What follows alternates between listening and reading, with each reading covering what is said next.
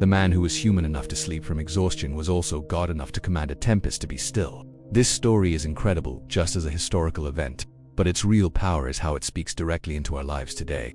That boat on the Sea of Galilee is a perfect metaphor for the human experience, because every single one of us faces storms.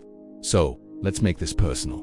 What's your storm right now? For some, it's a storm of anxiety, with waves of panic that leave you breathless. For others, it's a financial storm, where the winds of debt or job loss threaten to sink your future. Maybe you're in the storm of a health crisis, navigating the terrifying waters of a diagnosis. Maybe it's a relational storm of conflict, betrayal, or crushing loneliness. A storm of grief, of doubt, of addiction. A storm where you feel completely lost and powerless. In those moments, we are exactly like the disciples. Our experience, our strength, our plans, they all fail. We get tossed around by things we can't control, and we feel like we're sinking. And right in the middle of it all, it can often feel like God is silent, like He's asleep, indifferent to our pain. And we cry out that same desperate plea, "Lord, don't you care that I'm perishing?" This ancient story isn't just about their storm, it's about ours. Here's the life-altering truth of this story. The one who has authority over a literal hurricane also has authority over the chaos in your life. The power that muzzled the wind is the same power that can bring peace to your heart. But notice what kind of peace it is. Here's the key point. The disciples were in the storm precisely because they were obeying Jesus' command to go to the other side. The presence of a storm is not a sign that you've done something wrong or that God is absent. Often, the storm is the very stage He uses to show His power and deepen our faith. The ultimate peace Jesus offers isn't the absence of trouble, it's the presence of God in the trouble. He was demonstrating that it is possible to be at rest even when chaos is raging all around you. He wants us to shift our focus from the size of the waves to the identity of the one who is in the boat with us. The storm made the disciples feel powerless. The miracle showed them where true power is. The storm filled them with fear. The miracle invited them into a faith that crushes fear. It's a peace that says, "I'm here. You don't have to be afraid. I'm in control." So, what do? How do we go from being terrified by our storms to trusting the one who commands them? The disciples actually give us a model.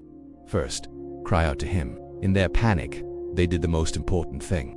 They went straight to Jesus. Yes, their faith was shaky and mixed with doubt, but they turned in the right direction. We often try to handle everything on our own, only turning to God as a last resort. He wants to be our first resort. Crying out, "Lord, save me," isn't a failure of faith, it's the start of it.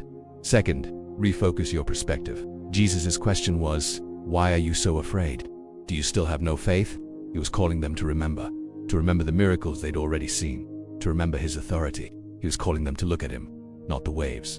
In our storms, we have to intentionally remember God's faithfulness in the past and immerse ourselves in His promises instead of drowning in our fears. Third, embrace the stillness. After Jesus calmed the sea, He created a great calm. His words to our hearts are the same: peace, be still. This is an invitation to quiet our frantic minds and anxious souls and just rest in His presence. It's about letting go of our need to control everything and trusting that He is in control. It's in the quiet moments of trust that we hear His voice and feel His peace, even if the storm outside hasn't changed yet. This story is a powerful reminder that we're never alone in our struggles. The same Jesus who commanded the sea is with us today, and He cares deeply about the storms we face. If this story connected with you, consider subscribing to this channel. It helps us get these messages of hope out to more people who need to hear them, and we believe in the power of community. Share this video with someone you know who might be in a storm right now.